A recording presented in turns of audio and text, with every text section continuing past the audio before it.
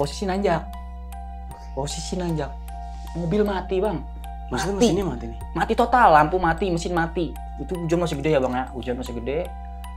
Nggak lama bapak mertua bang teriak, buka pintu, jangan ganggu cucu cicit kami, ngomong gitu. Ini saya masih keturunan Prabu Siliwangi, ngomong kayak gitu. Bapak mertua teriak gitu di luar. Sambil dia posisi langsung ke belakang dorong mobil. Seperintas langsung nebak bang. Kayak udah tahu daerahnya gitu. Alhamdulillah, Budi langsung ngomong alhamdulillah bang. Untungnya ibu nggak disasarin kemana-mana. Untungnya ibu nggak dibikin jatuh ke jurang. Untungnya ibu nggak dibikin mati sekeluarga.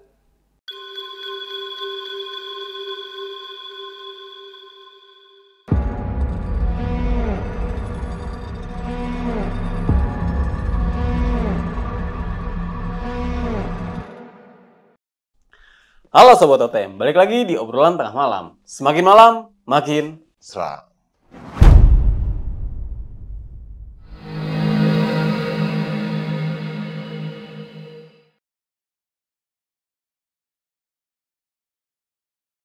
Balik lagi bersama gue Nardi, dan pada malam kali ini gue udah kedatangan nih seorang narasumber yang memiliki kisah saat perjalanan dari Cilacap lewat Kuningan menuju ke Indramayu. Dan narasumber gue ini sempat mengalami kejadian yang mungkin ini masih tanda tanya. Tersesat di lembah astral. Nah, ini gue baru tahu nih ada yang namanya lembah astral. Penasaran dengan ceritanya? Langsung aja gue sapa narasumber gue pada malam kali ini. Selamat malam Bang Ian. Ya, selamat malam bang. Apa kabar nih Bang? Alhamdulillah baik. Oke Bang, terima kasih nih Bang sudah hadir dan mau membagikan sebuah kisah nih Bang. Iya bang. Dan ini kisah pengalaman seumur hidupnya nggak pernah terlupakan ya? Betul bang. Betul.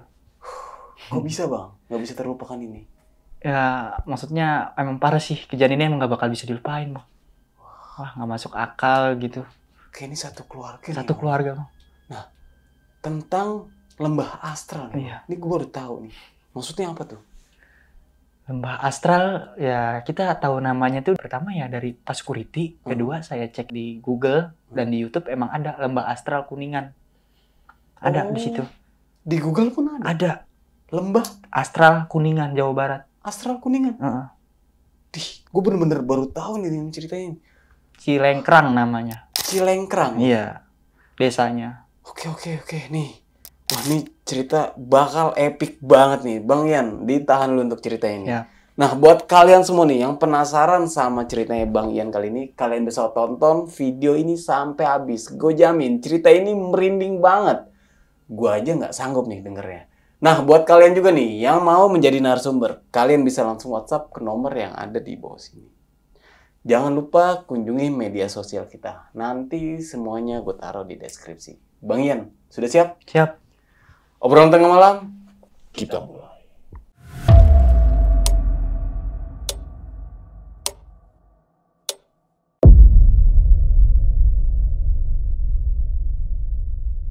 Saya ada cerita pengalaman saya seumur hidup saya yang nggak pernah saya lupain. Saya dan keluarga. Pengalaman ini di 2 tahun yang lalu, tanggal 24 November 2023. Itu sebelum saya nikah. Karena ada adat tradisi Jawa, bapak mertua saya tuh sebelum nikah, dia kepinginan tuh ziarah dulu ke kampungnya di daerah Cilacap, Jawa Tengah. Itu kita berangkat nyewa mobil rental, Bang. Itu posisi berangkatnya itu hari Jumat, tanggal 24. Berangkat malam jam 10. Kita OTW menuju Cilacap, berangkat sama bapak mertua, sama ibu, yang bawa mobil abang ipar, itu ganti-gantian sama saya. Karena posisinya dari Cilacap ke Indramayu, kita ganti-gantian aja gitu nyetirnya. Itu posisi saya juga abang yang bawa dulu dari Jakarta Barat ke Cilacap. Karena kebetulan nih bapak nih ngontrak di Jakarta Barat. Di daerah Pesing, Grogol, Petamburan gitu. Kita berangkat sama adeknya istri yang masih kecil-kecil 2. Jadi kita bertujuh di dalam mobil. Itu jam 10 kita jalan, itu sih di perjalanan gak ada apa-apa. Tapi kebanyakan ngasoh karena bawa anak kecil sama bawa ibu yang udah minta ngasoh, dikit-dikit ngasoh ke rest area, dikit-dikit ke rest area. Itu sampai di daerah Cilacap, Jawa Tengah jam 9 pagi, berangkat jam 10 malam. Jadinya hari Sabtu jam 9 pagi kita sampai. Nah di situ nggak langsung berangkat ke ziarah, ketemu adiknya bapak di daerah Cilacap. Jadi tuh bapak itu masih ada 2 saudara di daerah sana, tapi dia rumahnya udah pada pisah. Jadi samperin adiknya dulu, bapak yang perempuan. Di situ kita makan, tidurlah sejam 2 jam, langsung berangkat lagi ke rumah kakaknya bapak, abangnya.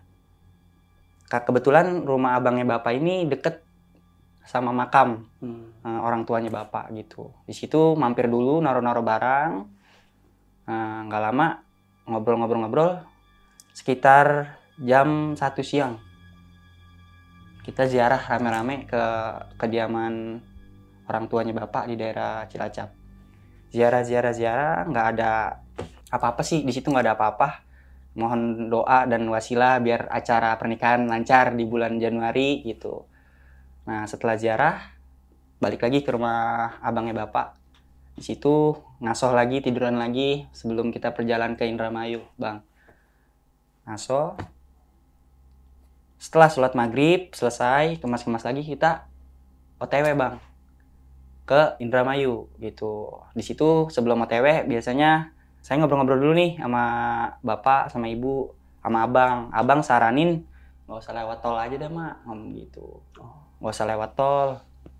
Nah, kita budget minim aja biar pulang ini kita bisa beli bawaan gitu, beli oleh-oleh. Kalau tol kan maksudnya lewat tol lagi lumayan lah, ngeluarin biaya lagi. Karena abang udah 2 kali lewat situ posisinya. Nah, dia pengen lewat situ lagi, lewat jalur Kuningan, Bang. Itu pas banget kita lewat alun-alun Kuningan, Bang. Itu bener, saya masih ingat ketemu alun-alun Kuningan. Jarak sekitar dari alun-alun Kuningan tuh 15 menit lah. Ke jalan yang seharusnya lurus, abang malah disasarin ke jalan kiri. Gitu. Di situ kita dalam 7 orang di dalam mobil itu ada bawa HP 4. HP bapak, HP abang, HP saya sama HP istri. Semuanya nggak dapet sinyal. Posisinya di situ. Pas sampai jalan itu. Nah, abang juga lupa karena abang tuh asal lewat biasanya siang ataupun pagi lewat jalan itu. Ini kebetulan kita biar nggak kemalaman nyampe Indramayu, kita lewat jalan situ malam. Abang ngerasa kok ini jalan beda gitu. Ini jalan kok beda. Nah, nggak lama ada mobil, Bang. Mobil kayak tukang tahu bulat gitu lah, Bang. Mobil pick up. Itu posisinya udah jam 11 malam, Bang. Jam 11 malam tuh. Itu pun kita dari Cilacap ke Indramayu tuh target kan emang 4 kalau nggak 5 jam. Ini sampai 7 jam, Bang. Sampai 7 jam. Itu target 4 jam biar kita bisa istirahat agak lama lah di Indramayu. Karena emang di Indramayu ini pengen tidur dulu semalaman gitu kan. Biar nggak ngantuk nantinya. Nah, di situ ada tukang tahu bulat. Nah, ini bisa jalan nggak, Bang? Kata emak ngomong kayak gitu. Bisa, mah, itu aja tukang tahu bulat bisa jalan, mobil, masa kita nggak bisa? Ya, nggak lama tukang tahu bulat jalan, itu jarak dari mobil kita ke tukang tahu bulat itu sekitar 100 meter lah, Bang. Tapi tukang tahu bulat itu udah nggak ada yang goreng, Bang. Oh, udah kosong? Udah kosong, cuman penggorengan aja sama lampunya itu yang diterpal nyala. Tapi udah nggak ada orang. Atau saya mikir kan orangnya mungkin udah di depan ya, taunya habis gitu ya. Ya kan? Nggak lama, ada 3 ekor kucing. Tuh, pertanda pertama tuh. 3 ekor kucing, warnanya putih, dia kayak malang di jalan gitu. Malang di jalan, diklaksonin lah. Pakai lampu tembak juga sama abang dilaksonin. Nah, akhirnya minggir kucing itu. Nah, mama mertua emang orangnya agak peka, abang sama gitu-gituan. Dia nyuruh kita tuh, balik aja, jangan lewat sini. Gitu, balik. Sedangkan jalan yang kita lewatin itu cuma jalan setapak, Bang. Cuman muat 1 mobil. Sama space motor. Paling kalau lawan arah tuh kita harus pelan dulu nunggu motor lewat. Jadi bener-bener setapak jalanan itu. Sempit banget. Sempit banget. Nah, bawahnya ini kanan kiri dibilang lembah ya jurang. Bener-bener jurang, Bang. Nggak ada yang namanya itu jalanan sih, nggak ada lampu. Nggak ada, maksudnya rambu-rambu jalan, nggak ada kayak pembatas jalan gitu. Yang saya bingung. Bener-bener kalau kita salah belok atau apa, kita jatuh ke bawah. Itu bener saya. Itu jalanan naik, belokannya bener-bener kayak ular gitu, Bang. Melingkar gimana sih? Belokannya luar biasa. Parah. Kebanyakan sih jalanan itu nanjak turun. Nanjak turun. Setiap berapa menit pasti ada jembatan. Ada jembatan. Nah, balik lagi, Bang. Yang tadi pas ketemu kucing 3 ekor itu, mama udah nyuruh putar arah. Tapi abang bilang, ini bisa kok, bisa kok. Nggak lama, pas kita klaksonin kucing itu, tukang tahu bulat itu kan jalan ya bang ya. Tiba-tiba, nggak ada tukang tahu bulat itu bang. Hah? Nggak ada. Bener-bener nggak ada. Lampunya dia pun nggak kelihatan. Kemana nih? Dan pun naik mobil itu sebenarnya posisi nggak bisa ngebut. Harus pelan-pelan. Karena jalan cuma setapak. Kondisinya gimana? Waktu itu kondisi Wah, jalannya. parah sih. Gelap, nggak ada lampu. Dan pun setelah tukang tahu bulat itu hilang, hujan turun bang. Gede, segede-gedenya hujan.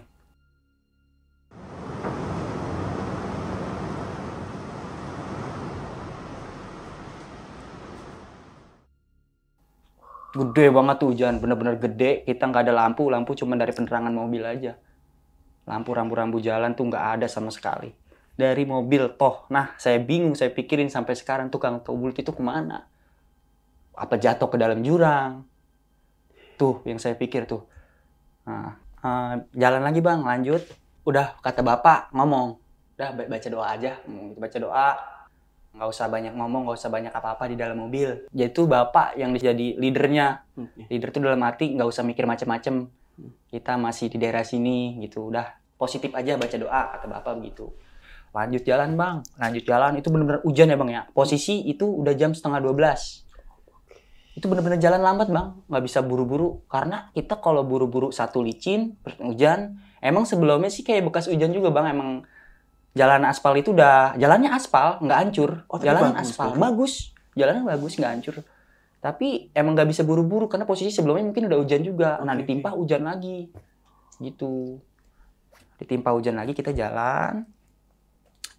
Jalan pelan-pelan itu belum ada kejadian apa-apa. Nah, di jam 11:30 itulah bang, kita ban mobil itu kayak mental, gimana sih bang? Maksudnya? Kayak ban mobil belakang kayak naik. Ternyata nabrak batu gede banget. Terus jadinya ban belakang yang kayak nabrak batu, jadi kayak dibikin miring mobil. Dibikin miring. Nah itu masih positif ya kan, mungkin emang ada batu di jalan ya kan. Kita lanjut jalan lagi, lanjut jalan. Kok nggak ada lalu lintas sama sekali. Kayak di belakang kita gitu ada motor atau mobil, nggak ada. Bener-bener toh kita sendiri di situ. Bener-bener sendiri, nggak ada orang lagi. Bingung nih, maksudnya tujuan kita tuh nyari orang, pengen nanya, ini jalan bisa nggak kita terobos, tembus ke keluar gitu, bisa nggak? Bener-bener nggak ada orang bang. Jalan pelan-pelan. Itu posisi masih hujan. Pokoknya hujan tuh 2 jaman lah, hujan 2 jaman. Jalan, nggak lama saya ketemu sama motor bang. Ada beberapa sepelintas 3-4 motor, tapi jalannya itu berlawanan arah. Kalau saya kan arah pergi, kalau dia arah pulang. Gitu. Kita klaksonin bang. Tin, klaksonin. Maksud tujuannya biar apa? Abang udah buka kayak kaca mobil bang. Pengen nanya, ada jalan nggak pak ke sana? Gitu. Yang saya masih ingat, semua orang yang naik motor itu pakai bajunya sama. Ya kan? Pakai bajunya sama. Dia pakai bajunya kayak ala khas Madura gitu bang. Di sininya putih merah. Putih merah, pakai belangkon. Terus pakai pangsi gitu bang. Itu 3-4 motor kita klaksonin, dia selalu bertatapannya nggak nengok sama sekali, dia langsung pokoknya fokusnya ke depan. Fokus ke depan, nggak di klakson balik atau disapa balik sama dia gitu. Itu udah 3-4 motor lah kita klaksonin, nggak ada yang nyautin. Itu selang waktu 3 menit lah, 3 menit ada lagi yang lewat, 3 menit ada lagi yang lewat gitu. Seingat saya nggak lama itu, tapi saya masih ingat mukanya. Mukanya itu hampir gimana ya? Kalau kita pada umumnya kan ras kita tuh ada yang hitam, ada yang putih. Kalau dia beda, mukanya bener-bener kayak orang pucet kedinginan, gimana sih bang? Tatapannya kosong, cuman fokus ke depan, dia bawa motor, disapa, ditegur tuh nggak nengok sama sekali. Pada saat itu masih hujan? Masih hujan. Dia pun nggak pakai kayak jas hujan, nggak pakai. Tapi yang saya bingung nih, bajunya ini kayak baju normal kayak orang nggak kehujanan, gimana sih bang? Beneran. Itu kok orang habis kontes di mana kan, saya mikir habis biasanya ada perguruan apa gitu. Ini bener-bener kok ditegur nggak ada yang nyautin gitu. Nggak ada yang nyautin. Ya udah positif aja, jalan lagi nggak lama kita kayak turunan nih bang. Di bawahnya tuh jembatan, kayak di bawahnya kali atau apa, pokoknya ada jembatan gitu. Kita jalan, pas di turun itu ada kayak belokan gitu bang, jembatan. Nah ada orang tutupan bang pakai sarung, 3 orang. ditutupin bang begini. Kayak orang kehujanan pada umumnya, tutupin keredongan gitu ya. Disorot lah pakai lampu tembak jauh. Percaya nggak percaya bang? Itu satu yang apalagi abang ya yang bawa mobil, itu kakinya kagak napak, dia ngambang jalan bertiga. Serius. Itu yang paling kacau sih, udah kacau sih di situ. Udah teriak-teriak kita berdoa, klakson. Bener-bener kayak orang ngambang jalan bertiga, ditutupin, tapi saya nggak ngeliat mukanya kayak gimana karena dia madep ke sana. Melayang tuh orang. Bener melayang. Kakinya nggak nyentuh. Kayak jalan tuh kayak nginjak apa ya gitu. Bener. Udah positif, jalan aja udah jalan. Bacain doa lagi, ayat kursi dan lain-lain tuh nggak putus. Jalan terus. Nggak lama. Jadi tuh ngelihat 3 orang itu, ya itu cuman klakson aja bang. Klakson. Dan pun posisinya dia jalan tuh tiba-tiba kayak orang minggir gitu. Pas di klakson, tapi dia nggak nengok ke belakang. Enggak.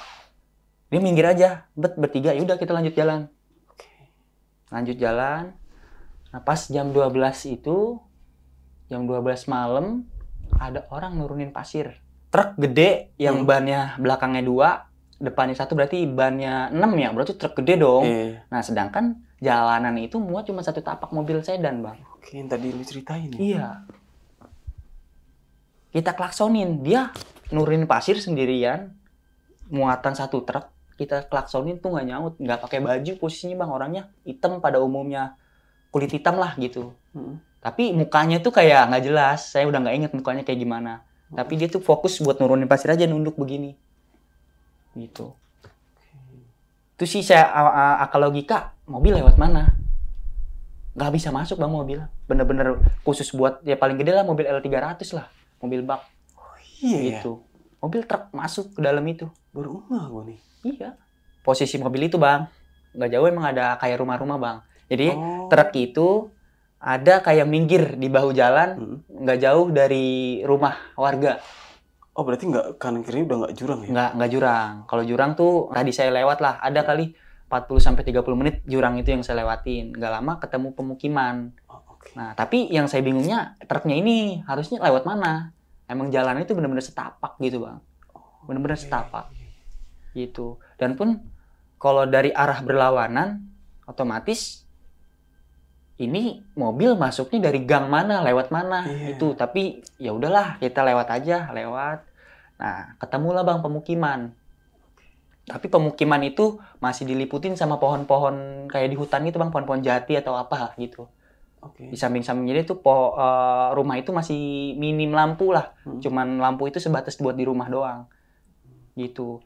Kita lewat jalan. Yang saya bingungnya lagi bang, rata-rata ada 10-15 rumah, itu warna catnya hijau semua rumahnya. Sama semua? Semua, nggak ada yang warna pink, nggak ada yang warna merah, itu bener-bener real, hijau, kayak daun rumahnya. Hijau semua, hijau. Nah, rumah itu posisi udah ketutup semua, udah bener-bener nggak ada orang. Bener-bener nggak ada orang.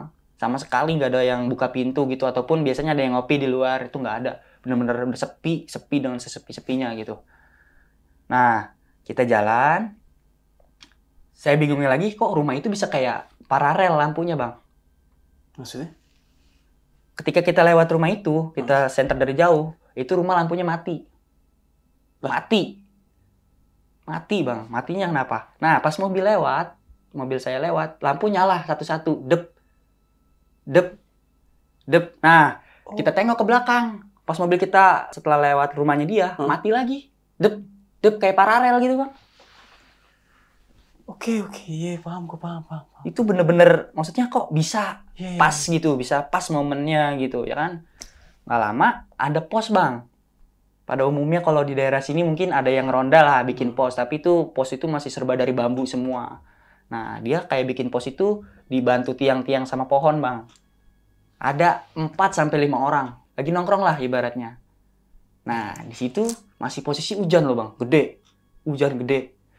Kita klaksonin, Bang.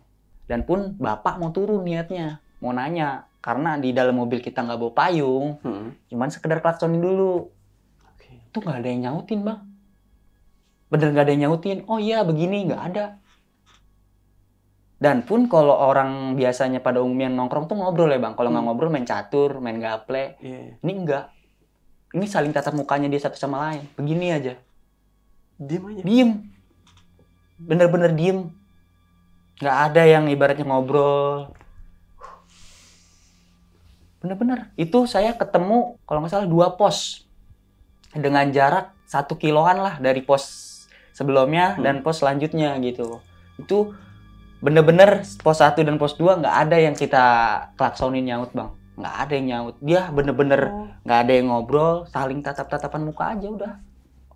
Bingung tuh. Nah nggak lama di situ ada yang bontot nangis bang. Nangis. Tapi dia nggak mau ngomong. Diomelin sama ibunya gitu nangis. Tapi dia nggak mau cerita, dia nangis.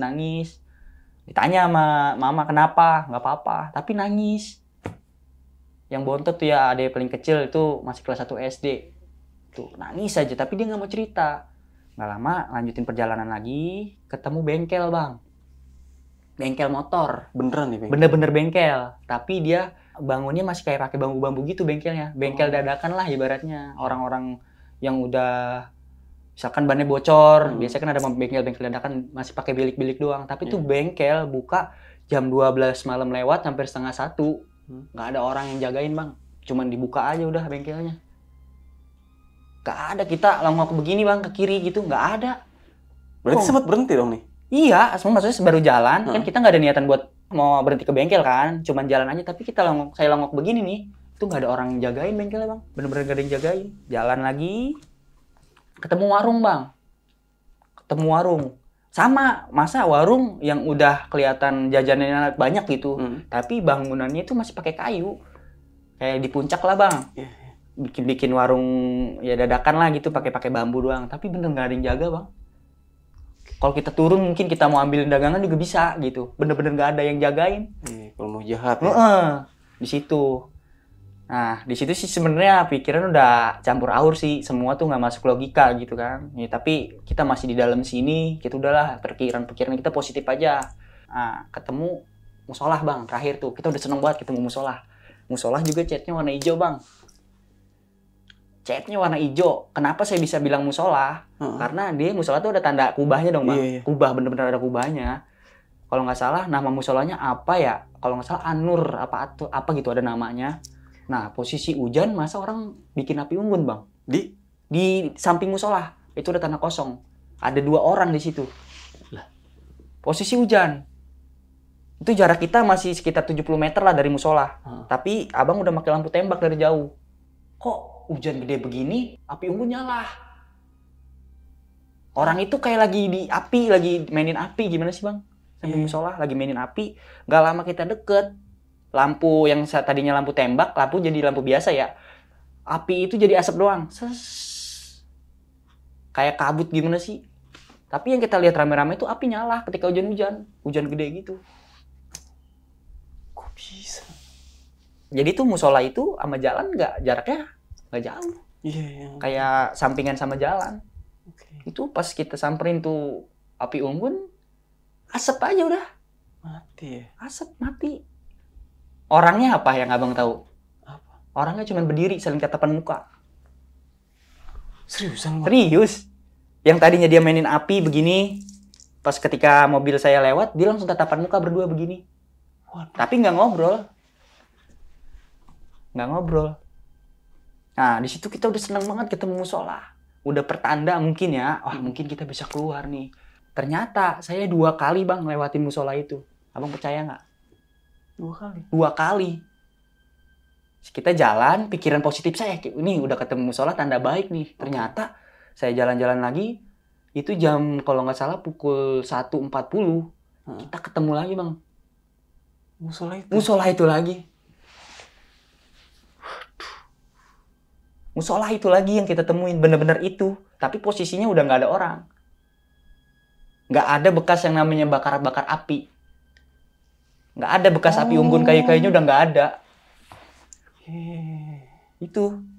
Tapi musolanya sama. Nggak ada yang beda? Nggak ada yang beda. Terus yang saya bilang tadi, supir truk. Pas ketika lewat itu masa saya nggak ketemu lagi bang. Cuma ketemu sekali doang. Seharusnya kan kalau emang saya ketemu musola itu lagi, otomatis saya lewat jalan itu lagi dong. Karena muter, mungkin saya juga bingung kalau diputer. Kok saya bisa ke musola itu lagi? kenapa saya nggak ketemu supir truk yang tadi nurunin pasir itu lagi? Lewat mana dia? Kalau emang udah selesai diturunin pasir itu gitu. Itu yang Oke. kacau sih di pikiran, kok bisa gitu lewat ketemu musola ini lagi gitu.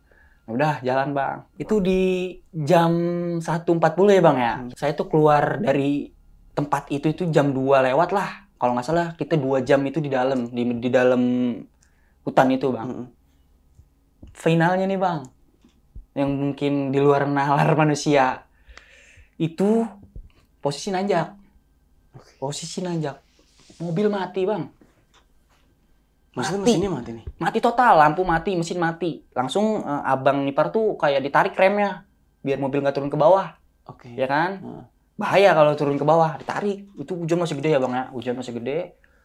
Nggak lama, bapak mertua bang teriak. Sambil buka pintu, kan tadi duduk paling depan ya. Buka pintu, jangan ganggu cucu cicit kami, ngomong gitu. Ini saya masih keturunan Prabu Siliwangi, ngomong kayak gitu. Bapak mertua teriak gitu di luar. Sambil dia posisi langsung ke belakang dorong mobil. Starter bang mobilnya, manggil abang ipar saya kan abang. Starter bang mobilnya, starter, ngomong gitu. Di starter nyala lagi. Posisi saya udah muntah-muntah di dalam mobil. Kenapa? Dari semua di dalam mobil cuman saya doang yang nyium bau bangkai di dalam bang. Ketika mobil itu mati, itu sampai istri saya tuh bajunya kesiram muntah saya. Saya duduk paling belakang sama istri. Siram muntah, itu bener-bener saya nyium bau bangkai di dalam mobil bang. Bau sebau-baunya. Itu ibu mertua udah ketawa di dalam bang. Pas mobil mati dia udah Maksudnya apa nih? udah bukan dia. Kesurupan. Itu posisi mobil mati. Pas bapak keluar. Nggak lama bapak teriak, ibu ketawa sendiri di dalam mobil.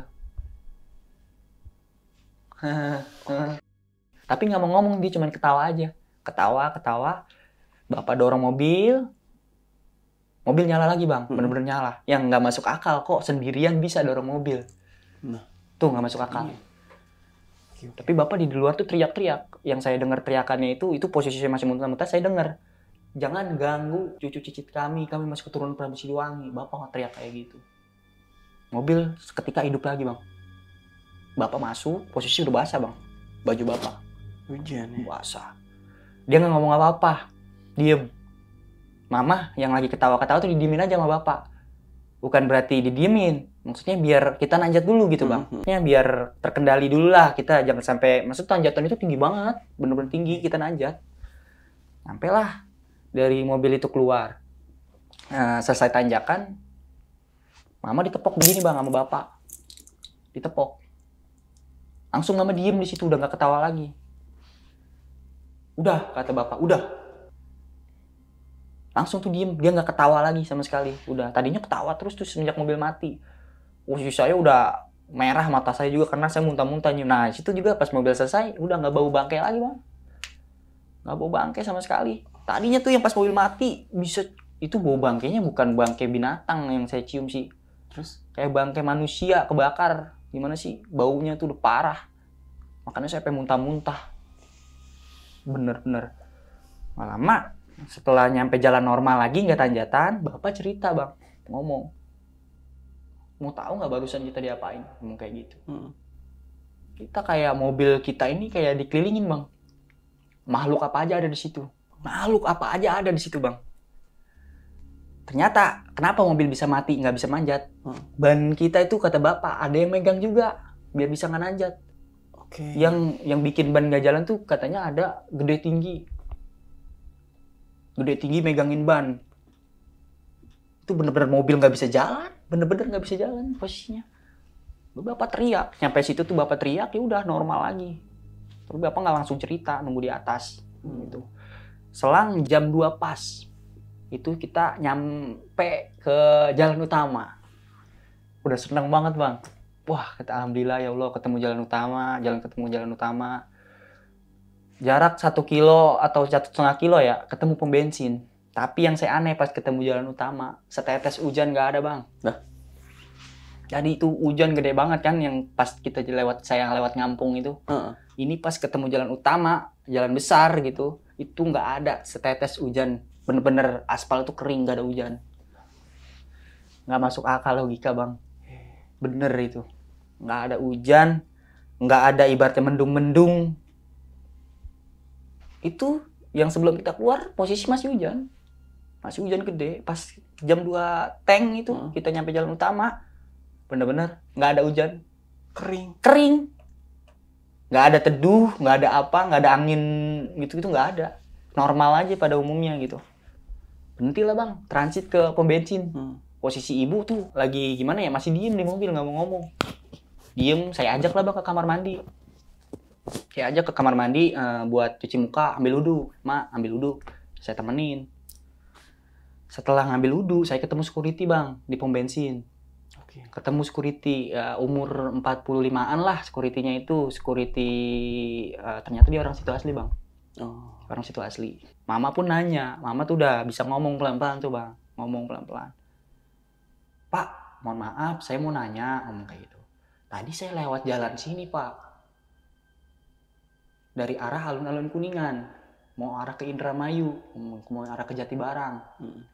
Nah, tapi saya kok lewat jalan sini pak, ngomong begitu. Tadi di sana hujan gede banget pak, di sini nggak ada hujan bu, ngomong kayak gitu. Emang ibu lewat mana? Lewat sini pak, kayak hutan ada jalanan. Nah orang itu seperintas langsung nebak bang, kayak udah tahu daerahnya gitu. Alhamdulillah, Budi langsung ngomong alhamdulillah bang. Kok untungnya ibu nggak disasarin kemana-mana, untungnya ibu nggak dibikin jatuh ke jurang, untungnya ibu nggak dibikin mati sekeluarga. Karena mungkinnya ibu orang terpilih bisa dikasih jalan keluar begitu bang. Maksudnya kenapa dia bisa bilang begitu? Karena mungkin sebelum saya ada kejadian gitu. Ternyata saya ceritain, saya ketemu orang-orang begini nih, saya ceritain. Bisa jadi mas itu korban-korban orang yang kecelakaan di situ, hilang di situ. Yang saya temuin orang di pos, motor yang jalan. Itu keterangan dari security, karena security itu orang asli situ bang, nggak mungkin bohong. Saya belum cerita detail, dia langsung nebak. Emang ibu bawa siapa? Nih, saya bawa anak saya. Posisi istri juga lagi haid bang, lagi haid. Kata security, emang begitu bu.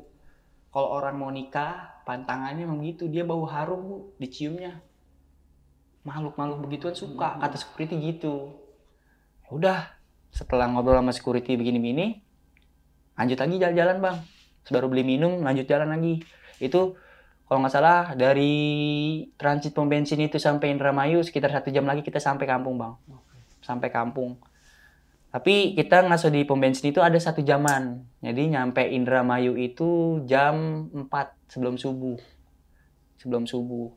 Situ di dalam mobil itu bang udah gimana ya, nggak banyak ngobrol, nggak banyak ini, udah kayak masih nggak percaya sama kejadian tadi gitu. Tapi pas nyampe kampung ini bang, pas nyampe kampung kita pada gacor dalam hati udah saling pada terbuka. Ternyata tuh dalam mobil itu udah pada ngeliatnya masing-masing, tapi dia nggak pada mau cerita. Dia diem aja dulu, ditahan-tahan. Tapi pas nyampe kampung ibu di Indramayu, dia baru pada cerita. Abang saya baru cerita, adik saya baru cerita, istri saya baru cerita ngeliat ginian, bapak saya apalagi ngeliat segala macam di situ. Tapi dia nggak pada mau cerita. Ceritanya pas gacornya tuh pas udah nyampe kampung. Kalau istri keterangannya di samping mobil sebelah kiri ada yang nempel aja, sosok putih yang tadi masuk katanya ke badan mama. Di samping bini tuh posisinya. Itu dia nempel di kaca katanya. Tapi bini diem aja udah, nggak mau cerita. Nggak mau cerita. Itu ternyata sosok itu yang dibilang Pak Ustadz itu masuk ke badan mama juga. Jadi itu di badan mama katanya bukan cuma 1, ada 2 yang maksudnya masuk. Pak Ustadz ini siapa? Di Indramayu. Jadi ini nanti saya cerita lanjutnya gitu. Kalau adek yang paling bontot, dia kenapa nangis? Katanya sekelilingnya itu ngeliat kuburan. Yang dilihat sama dia? Makanya dia nangis, tapi dia nggak mau ngomong. Makanya yang saya bilang, cerita gacornya tuh pas nyampe kampung pada cerita saling ngelihat satu sama lain gitu. Gitu sih bang. Adik saya yang nomor 3 adanya cewek, jadi ini di atas bungsu lah, cewek juga. Kalau dia ngelihat kayak banyak manusia tinggi-tinggi, banyak orang pada berdiri di pohon tapi tinggi-tinggi, dia ngomong kayak gitu doang. Banyak katanya, banyak yang tinggi-tinggi di atas pohon, bukan di atas, jadi dia kayak berdampingan sama cabang pohon gitu. Oh, samping-sampingan. Samping-sampingan. Tapi dia tetap diem nggak mau ngomong. Gitu. Finalnya mama diem aja bang, ketemu saudara diem.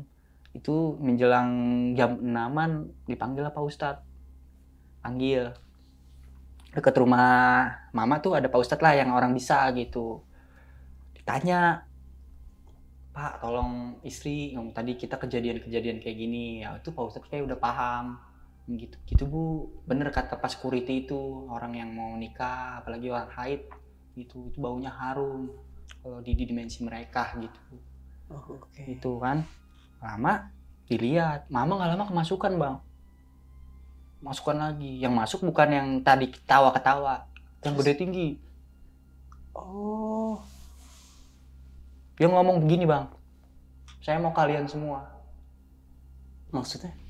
Yang masuk ke badan mama ngomong, saya mau kalian semua. Dia tuh ngikut dari lembah tadi bang, ngikut.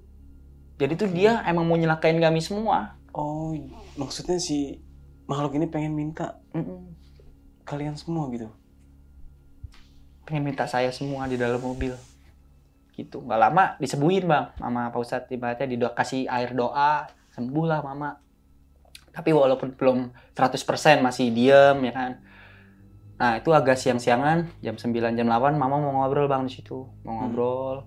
Bapak pun ngobrol juga, bisa kok kayak gini. Kita coba lihat sama saudara, coba lihat dicek di Google Map. Nggak ada jalanan itu bang. Nggak ada. Kita kan map itu bisa disetting map peta ya, yang bisa transparan ya bang ya. Iya. Itu nggak ada jalanan yang kita lewatin. Di setting satelit juga nggak ada? Nggak ada bang setting satelit. Patokan saya kan alun-alun. Saya cari, itu bener-bener hutan ternyata. Cuma hutan doang? Hutan aja. Nggak ada jalan? Nggak ada. Lah, hutan. Abang juga bingung, kok bisa lewat sini gitu. Sedangkan dia udah 2 kali lewat jalur kampung gitu kalau mau ke Indramayu dari Cilacap. Kok bisa lewat sini? Dia juga baru tahu ada jalan kayak gini. Dan padahal jalan itu aspal ya? Aspal, bener-bener udah aspal, nggak ada yang bolong-bolong, bener-bener rapi. Cuman penerangannya emang nggak ada jalan itu. Bener-bener hutan bang. Kita lihat di map itu nggak ada jalanannya. Bener omongan bapak security itu. Bener semua. Itu kan istirahat ya bang ya. Kita emang di Indramayu itu nginep biar kekejar deadline, karena hari Minggu malam kita harus sudah nyampe rumah. Hari Minggu malam kita nginep, ziarah, nggak ada apa-apa bang, udah aman. Tapi masih suka ngobrol lah, ini nggak masuk logika begini-begini, masih ngobrol sama tetangga-tetangga di situ. Ya tetangga juga ya, namanya Kuningan ke Indramayu itu nggak jauh, mungkin nggak asing lah, udahlah. Yang penting kamu pada selamat semua, nggak apa-apa gitu, alhamdulillah. Tetangga cuman ngasih gitu saudara-saudara. Nah nggak lama mobil dilapin tuh bang sama abang, karena kotor, mobil emang kotor.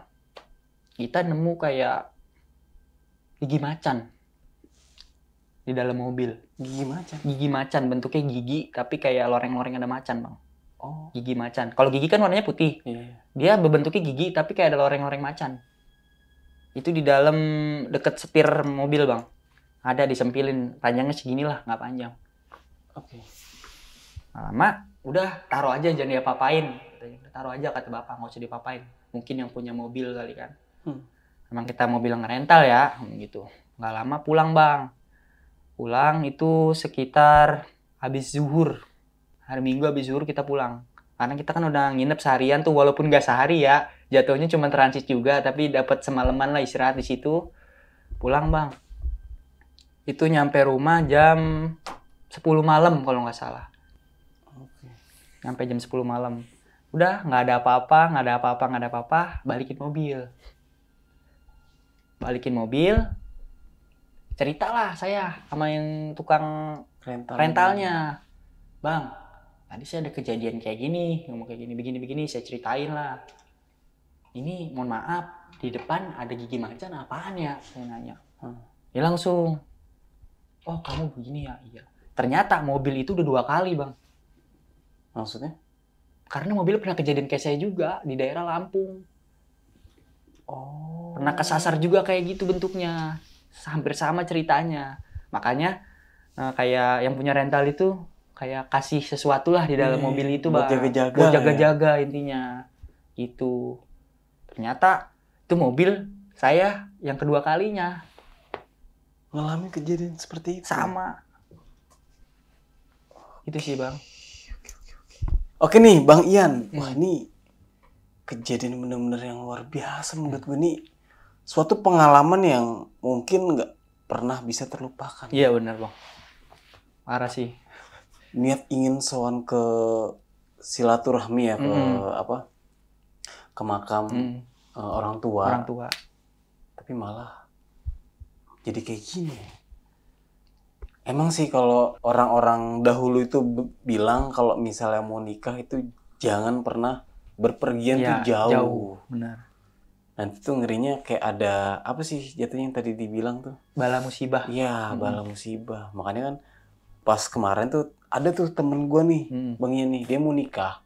Nah dia tuh diteleponin dulu sama ceweknya sama orang tua ceweknya.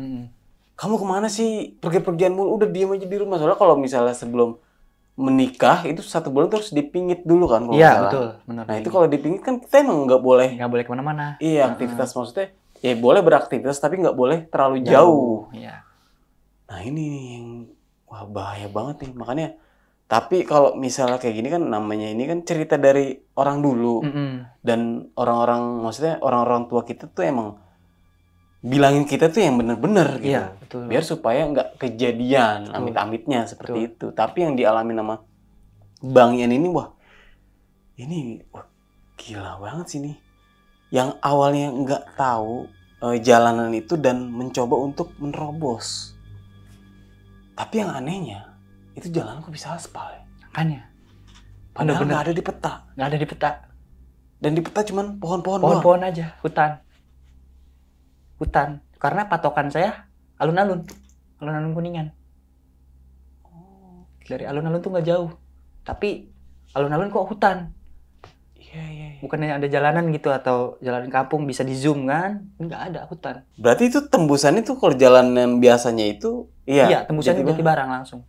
Itu emang jalurnya jalur motong sih, Bang. Iya, gokil juga sih. Tapi seharusnya nggak lewat situ. Iya. Makanya abang bingung kok lewat sini gitu. Tapi bener munculnya di situ-situ juga. Tapi ntar dulu nih, Bang.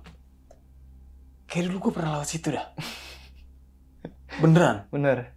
Wallahi itu jalur bener-bener serem. Iya. Gue baru inget nih. Jatibarang.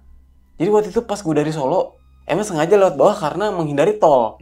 Tolnya emang lurus terus dia. Ya, posisi gue tengah malam. Nah itu gue pakai map. Tapi gue pakai mapnya itu diarahinnya ke situ. Emang itu tembusan ke Jawa juga, Bang. Indramayu, Cirebon, bisa tembusan langsung Jawa Tengah. Ini gue baru inget nih. Itu emang jalan emang bener-bener cuma 1 mobil doang. Iya. Seinget gue ya. Iya. Dan jalan begini. Iya. Bener-bener kayak ular, Bang. Iya. Oh ini gue baru inget nih. Gue bener baru inget nih ini gue. Gue pernah lewat sini nih. Anjir. Nah, ada beberapa pertanyaan nih, Bang. Tentang beberapa kejadian yang lu alamin gitu kan. Walaupun udah agak begitu jelas tentang yang udah lu jelasin ini. Tapi gue masih belum jelas tentang ketika lu ketemu suatu perkampungan. Dan ada 1 mobil truk yang besar. Yang ban 2 nempel sama satunya misah. Itu besar banget tuh. Besar, Bang. Gede itu mobil, termasuk mobil gede gitu. Iya, dan lu mikir ini jalan lewat mana. Nah, lu kan tadi juga bilang, lu katanya diputerin. Lu nggak ngelihat mobil itu. Truk itu, iya. Maksudnya lu diputerin itu dari awal gitu? Dari awal. Tapi perkampungan itu lu lihat nggak? Perkampungannya ada, tapi saya nggak ketemu truk itu. Pokoknya patokan saya di musola. Kok saya lewat musola lagi? Oh, ketemu musola lagi. Perkampungannya ada, musolanya ada, truknya itu udah nggak ada. Tapi yang kedua kali putaran itu saya nggak ketemu apa-apa, ketemu orang juga enggak, ketemu apa enggak, cuman tiba-tiba saya ketemu musola yang tadi saya lewatin itu. Yang warna hijau itu. Tapi jembatan tetap ngelewatin. Tetap semua dilewatin, cuman saya nggak ketemu apa-apa lagi di situ. Patokannya musola aja udah. Oke. Tapi ketika lu udah lolos, lu nanya sama security pom bensin, tapi lu memperdetail nggak? Maksudnya itu rumah beneran, itu musola beneran atau enggak sih, Bang? Dia ngomong, Bang, itu bukan jalanan. Itu hutan yang kamu lewatin. Berarti Alhamdulillah kamu masih dikasih jalan keluar. Begitu jawaban security. Berarti rumah sama musolanya itu nggak ada? Nggak ada. Bener, saya cek nggak lama kan di Google Map, bener-bener hutan. Wah. 2 jam, Bang, saya di dalam itu 2 jam. 2 jam. Tapi nggak selesai di situ juga, Bang. Sebenarnya nggak selesai di situ ceritanya. Itu 2 minggu sebelum saya nikah. Itu kan udah sampai rumah, udah balikin mobil, udah normal. Di situ saya kan rumah istri Jakarta Barat, saya di Ciputat ya, Bang ya. Saya bolak-balik dong karena saya nikah di Jakarta Barat. Saya nikah di Jakarta Barat, bikin surat izin nikah. Ceritanya. 2 minggu sebelum nikah, udah saya nggak boleh kemana-mana sama bokap. Bang, nggak boleh kemana-mana. Karena kalau saya nggak kemana-mana, ini surat siapa yang ngurus-ngurusin, Bang? Iya, nggak mau saya terobos ke sono. Ulanglah, istri mau ngikut, Bang, calon istri. Sebelum nikah, dia mau ngikut ke daerah Ciputat karena bapak motif rambutan banyak, dia pengen minta rambutan, ngikut, Bang. Dari Jakarta Barat kita lewat Pondok Indah, ketabrakan saya situ, Bang. Ya benar, Bang. Tabrakan 2 minggu sebelum nikah, dengkul saya geser, Bang. Berdua. Alhamdulillahnya saya yang parah, istri enggak. Kenapa saya bilang alhamdulillah? Ya untungnya saya aja gitu biarin yang ngalamin. Karena posisinya emang saya tiba-tiba ngantuk. Maghrib naik motor. Biasanya saya naik motor tuh nyambung, Bang, kalau ngantuk. Rokok ya kan, ada obatnya lah. Ini rokok saya lagi habis. Tiba-tiba saya nabrak trotoar. Saya mental, Bang. Ketiban istri, ketiban motor. Ini saya nih, dengkul saya ini geser. Saya nikah, minta diundur. Kalau dengkul tuh sembuhnya lama. Iya. Bisa mungkin sebulan 2 bulan. Karena saya ikhtiar, ya kan, saya minum obat rajin. Ditarik sama tukang urut, dengkul saya kembali semula. Tek. Saya udah minta sama staf KUA-nya buat diundur jadwal nikah, tapi ibu mertua tetap jangan diundur. Mau kamu pakai tongkat sekalipun, udah jadwalnya tetap nggak bisa karena ini tanggal ini udah sakral, dicariin dari Jawa, Bang. Tanggal nikah ini. Gitu. Itu saya posisi nikah bawa tongkat, Bang. Tuh, sampai situ tuh kejadian saya. Tapi ya mikir lagi positif ya, ini mungkin kelalaian gitu. Itu saya nikah, ujian saya luar biasa sih. Parah juga ya ujian nih. Tapi emang setiap pengen niat baik tuh selalu pasti ada ujian sih, Bang. Pasti, Bang. Tapi setiap ujian pasti ada jalan keluarnya, Bang. Bener, Bang. Itu sih, wah ini. Jadi Bang Ian, pengalaman ini gue nggak bisa nggak bisa disangka sih. Gue nih kalau misalnya posisi nih ada di lu nih, wah gue nggak tahu gue harus ngapain gitu. Wah, stres sih, Bang. Ibu udah nggak ada, ya kan, maksudnya mau curhat ke siapa? Saya jalanin semuanya. Ya udahlah, ini ujian mungkin buat nambah kedewasaan, kesabaran. Lanjut nikah dengan posisi saya pincang, Bang, pakai tongkat. Tapi alhamdulillah semuanya itu berjalan lancar ya. Alhamdulillah semua lancar.